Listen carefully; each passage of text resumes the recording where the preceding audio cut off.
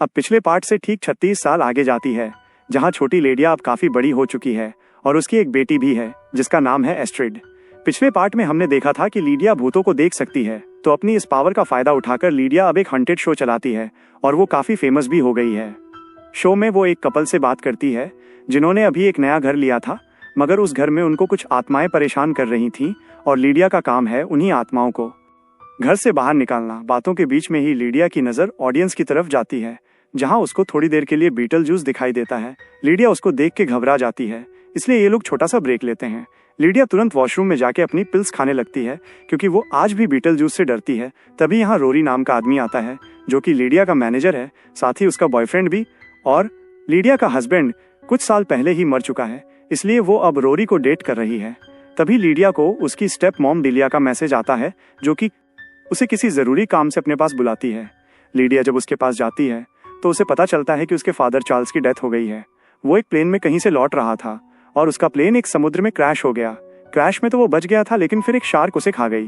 खैर, इसी बीच हम एक पिकासो नाम के आदमी को देखते हैं, जो कि फ़ोन पे बातें करते करते गटर में जा गिरता है, जिससे उसकी मौत हो जाती है और वो मरे हुए लोगों की दुनिया में पहुंच जाता है।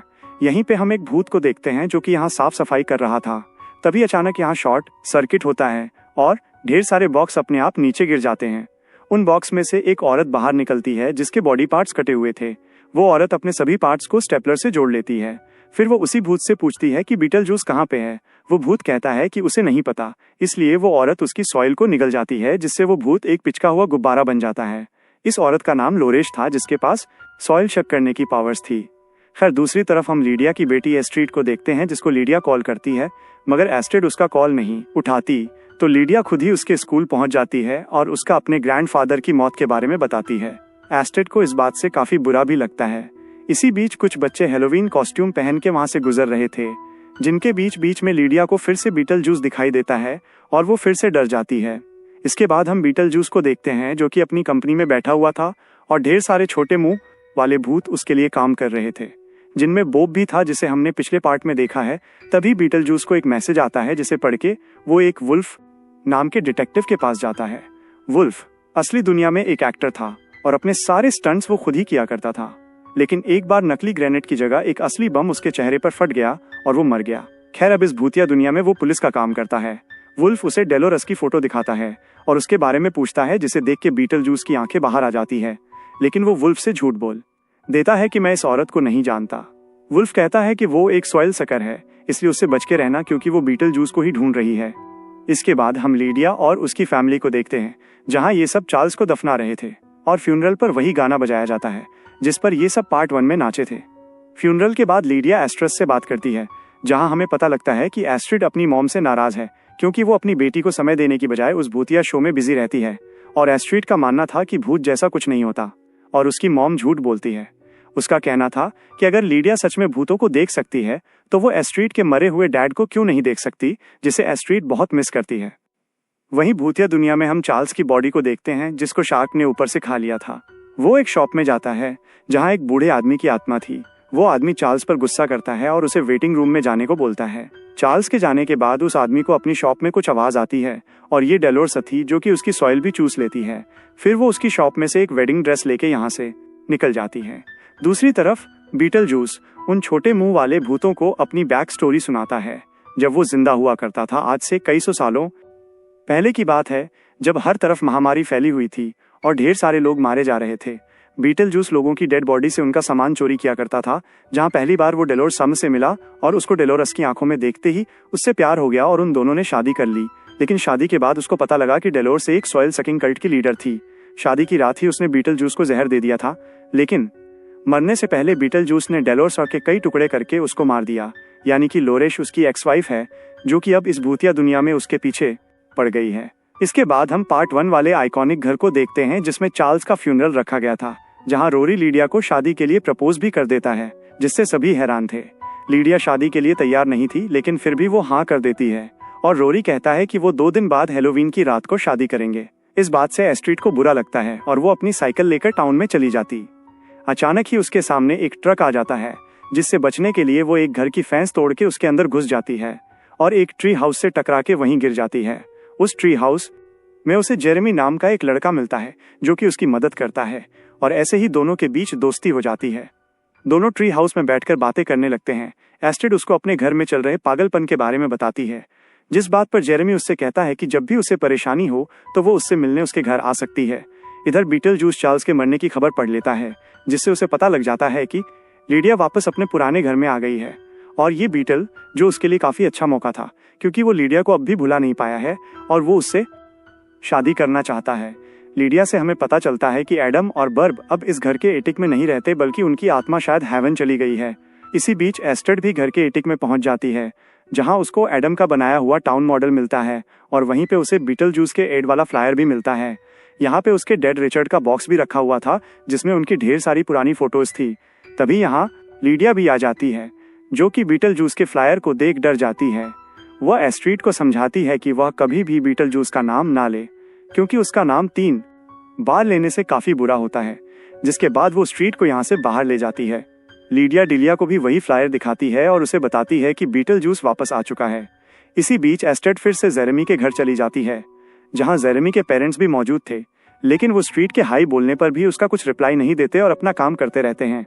जेरेमी उसको अपने कमरे में ले जाता है, जहाँ स्ट्रीट को मरे हुए लोगों की किताब मिलती है। जेरेमी बताता है कि उसने ये किताब किसी यार्ड सेल में खरीदी थी। एस्ट्रिड अब उसे अपने डैड के बारे में बताती है कि कैसे वो पानी में डूब के मर गए थे और उनकी बॉडी तक नहीं मिली। एस्ट्रिड अपने डैड के साथ हैलोवीन मनाया करती थी, लेकिन अब उसे हैलोवीन से नफरत है, क्योंकि हैलोवीन पर उसकी माँ दूसरी शादी करने वाली है। फिर जेरेमी कहता है कि कल हैलोवीन है, तो वो हैलोवीन सेलिब्रेट करने उसके घर आ सकती है, जिसके लिए एस्ट्रिड मान जाती है। वहीं रोरी लीडिया से अपनी शादी के बारे में बात कर रहा था, लेकिन तभी लीडिया को अपने फ़ोन में बीटल जूस के ऐड आने लगते हैं। लीडिया को गुस्सा आता है और वो सीधा एटिक में जाती है और बीटल जूस से कहती है कि वो उसकी ज़िंदगी से चला क्यों नहीं जाता। तभी रोरी भी एटिक में आ जाता है और लीडिया उसको बीटल जूस के बारे में सब बता देती है कि कैसे बीटल जूस ने उसकी पूरी फैमिली को परेशान किया था और वो उसे ज़बरदस्ती शादी भी करना चाहता था। रोरी को लगता है कि ये बस लीडिया का एक ट्रामा है और उसके हिसाब से लीडिया को अपने डर का सामना करना होगा, इसलिए वो बीटल जूस का नाम 3 बार ले लेता है, जिससे दोनों छोटे होकर उस टाउन मॉडल के अंदर पहुंच जाते हैं। वहां पे उन्हें बीटल जूस मिलता है और वो तुरंत ही लीडिया का मुंह सिल देता है ताकि वो उसका नाम लेकर उसे वापस न भेज दे। इसके बाद बीटल जूस काफ़ी शैतानियां करता है, जिन्हें देखकर रोरी बेहोश हो जाता है। आखिर में लीडिया अपना मुंह खोल लेती है और 3 बार होम बोलकर उस मॉडल से बाहर निकल आती है और बीटल जूस उसकी याद में गाना गाने लगता है। रोरी जब होश में आता है तो उसे लगता है कि ये बस एक बुरा सपना था। खैर, दूसरी तरफ हम डिलिया को देखते हैं, जिसने कुछ बिना जहर के सांपों को मंगवाया था, क्योंकि वो चार्ल्स के लिए कुछ रिचुअल करना चाहती थी, ठीक वैसे ही जैसे इजिप्ट में रानियां अपने राजा के मरने के बाद किया करती थी। तभी लीडिया यहाँ आके डिलिया से कहती है कि जल्दी से अपना सामान पैक करो। वो लोग तुरंत ही इस घर को छोड़ के जा रहे हैं, लेकिन एस्ट्रिड कहती है कि वो जाना नहीं चाहती, क्योंकि वो एक लड़के के साथ हैलोवीन सेलिब्रेट करने वाली है। फिर वो उन्हें जेरेमी के बारे में बताती है, जिसके लिए लीडिया मान जाती है और यहाँ से जाने का प्लान कैंसिल कर देती है, लेकिन वो एटिक में ताला लगा देती है ताकि कोई भी उसके अंदर जाकर बीटल जूस को आज़ाद न कर दे। इसके बाद लीडिया एस्ट्रिड को जेरेमी के घर छोड़ने जाती है। एस्ट्रिड जब जेरेमी के कमरे में जाती है तो जेरेमी कहता है कि उन्हें यहीं पर सेलिब्रेट करना चाहिए। फिर दोनों क्लोज आ जाते हैं और एक दूसरे को किस करते हैं, मगर जब एस्ट्रिड अपनी आंखें खोलती है तो वो खुद को जेरेमी के साथ हवा में पाती है और अब एस्ट्रिड को पता लगता है कि जेरेमी कोई इंसान नहीं बल्कि एक भूत है। उसे ये भी रियल लाइफ पावर्स थी, इसलिए वो इस भूत को देख पा रही थी और उसकी मॉम कोई फ्रॉड नहीं है। एस्ट्रिड जेरेमी से डर के पीछे होने लगती है, लेकिन जेरेमी कहता है कि वो एक अच्छा भूत है। वो बताता है कि एक दिन उसके पेरेंट्स आपस में लड़ रहे थे, इसलिए वो उसी ट्री हाउस में चला गया, मगर वहां से उसका पैर फिसल गया और उसकी वहीं मौत हो गई। मरने के बाद उसकी आत्मा इसी घर में फंस गई है, इसीलिए वो अपने घर और उस ट्री हाउस तक ही जा सकता है। इतने सालों में उसे किसी ने नहीं देखा और सिर्फ एस्ट्रिड है जो कि उसे देख और सुन पा रही थी।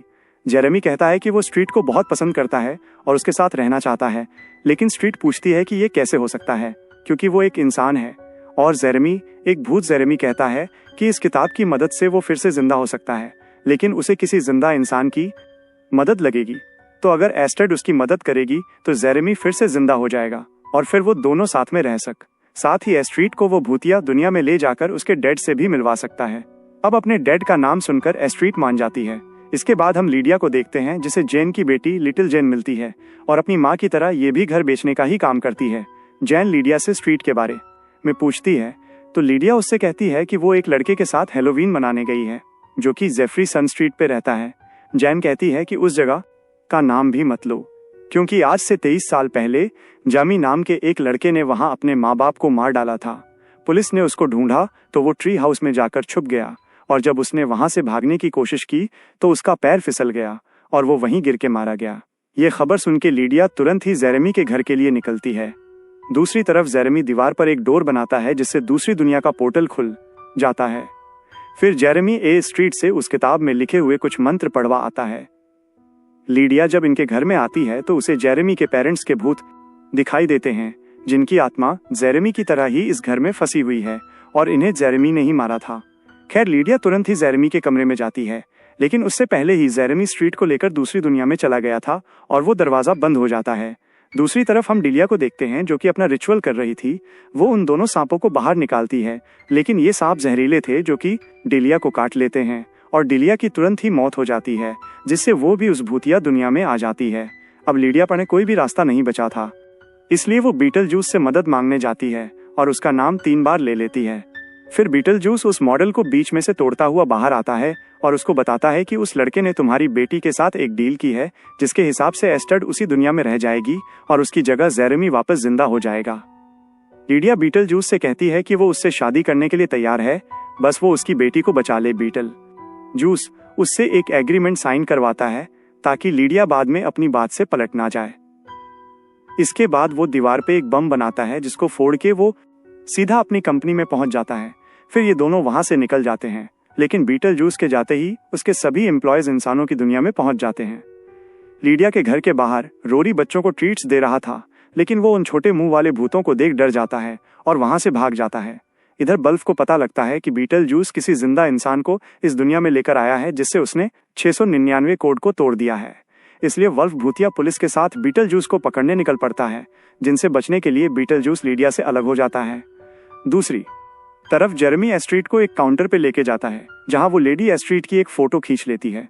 अब जेरेमी एस्ट्रीट को सब कुछ सच बता देता है कि उसने जो मंत्र पढ़ा था उसमें ये लिखा था कि एस्ट्रीट अपनी जान के बदले जेरेमी को जिंदा करना चाहती है।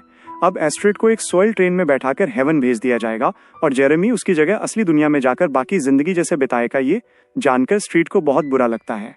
तभी कुछ गार्ड्स एस्ट्रीट को पकड़ के वहां से ले जाने लगते हैं और एक काउंटर पे एस्ट्रीट को अपने डैड भी दिखाई देते हैं जो कि बोट एक्सीडेंट में मारे गए थे। वो गार्ड से स्ट्रीट को पकड़ के सॉइल ट्रेन में बैठा देते हैं, लेकिन तभी लीडिया यहाँ आ जाती है और टाइम रहते वह स्ट्रीट को बाहर निकाल लेती है। मगर तभी भूतिया पुलिस भी यहाँ पहुंच गई थी, इसलिए ये दोनों इमरजेंसी गेट से बाहर निकल जाते हैं। गेट से बाहर निकलते ही ये लोग उस डेजर्ट वाली जगह पे पहुंच जाते हैं जहाँ इन पे सैंडवर्म अटैक कर देता है। दोनों वहां से भागती हैं, लेकिन तभी रिचर्ड इन दोनों को गेट खोलकर अंदर ले लेता है और दोनों सैंडवर्म से बच जाती है। ये दोनों रिचर्ड से मिलकर काफी खुश होती हैं, जिसके बाद रिचर्ड इनसे कहता है कि तुम्हें यहाँ से निकलना होगा क्योंकि पुलिस इन्हें ढूंढ रही थी। लीडिया कहती है कि वो लोग ऐसे नहीं जा सकते। जेरेमी ने जो हरकत की है उसे रिवर्स करना होगा ताकि स्ट्रीट को उसकी जान वापस मिल जाए। वहीं बॉब को भी वुल्फ ने पकड़ लिया था, जहां वो उससे बीटल जूस के बारे में पूछता है लेकिन बॉब उसको कुछ नहीं बताता। इसके बाद हम डिलिया को देखते हैं जिसे यकीन नहीं हो रहा था कि वो मर चुकी है, इसलिए वो बीटल जूस को 3 बार आवाज दे के बुलाती है और उससे मदद मांगती है। इधर वुल्फ के जाते ही वहां लॉरेजपम में आ जाती है और वो भी बीटल जूस के बारे में उससे पूछती है, मगर बॉब उसे भी कुछ नहीं बताता। इसलिए डेलोर बॉब की सॉइल खींच लेती है, जिससे बॉब हमेशा के लिए मर जाता है। उधर जेरेमी असली दुनिया में जाने के लिए अपने पासपोर्ट पे स्टैंप लगवा रहा था, मगर स्टम्प लगाने वाला खुद बीटल जूस था जो कि जेरेमी को अर्थ की जगह हेल में भेज देता है, जिससे एस्ट्रीट बच जाती है। इसके बाद लीडिया और एस्ट्री रियल वर्ल्ड में पहुंच जाते हैं, जहां लीडिया को याद आता है कि आज तो उसकी शादी थी, इसलिए वो तुरंत भाग के चर्च में जाती है जहां रोरी पहले से ही मौजूद था।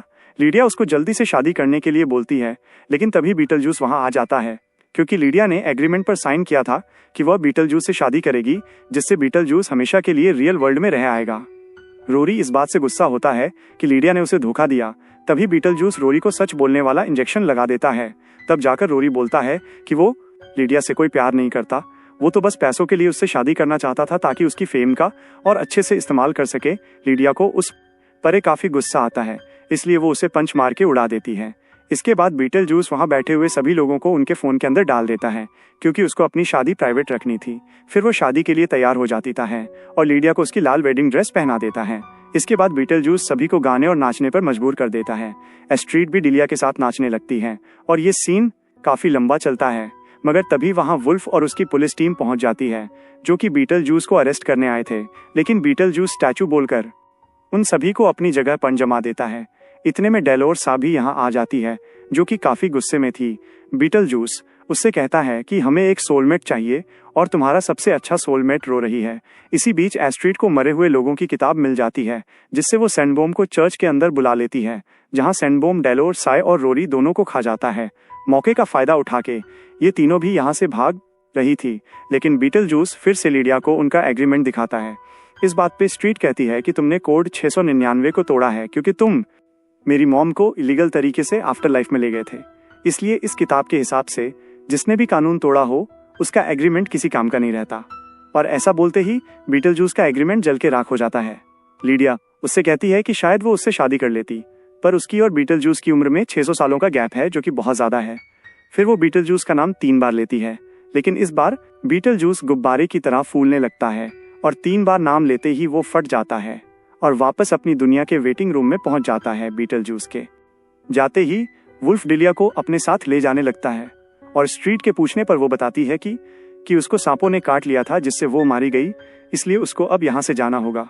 इसके बाद हम डिलिया को सोल ट्रेन के पास देखते हैं जहाँ उसे अपना पति चार्ल्स भी मिल जाता है और दोनों ही उस ट्रेन में बैठ के हेवन की ओर निकल जाते हैं। इसके बाद लिडिया अपना हंटेड शो भी बंद कर देती है ताकि वो अपनी बाकी की लाइफ भूतों के साथ नहीं बल्कि अपनी बेटी के साथ बिताए। दोनों दूसरे शहरों में घूमने जाते हैं जहाँ एस्ट्रीड को एक लड़का पसंद आ जाता है जिससे वो शादी कर लेती है। फिर एस्ट्रीड माँ भी बन जाती है जहाँ उसकी डिलीवरी का टाइम आ चुका था, लेकिन वो बच्चा छोटा बीटलजूस था जो कि बाहर निकलते ही उन डॉक्टर्स को मार देता है। मगर ये बस लिडिया का एक सपना होता है। लिडिया की आंख खुलती है तो हम उसके पीछे बीटलजूस को देखते हैं, लेकिन ये भी लिडिया का बस एक सपना ही था, यानी बीटलजूस ने अब भी लिडिया का पीछा नहीं छोड़ा है और ये फिल्म यहीं पर एंड हो जाती है।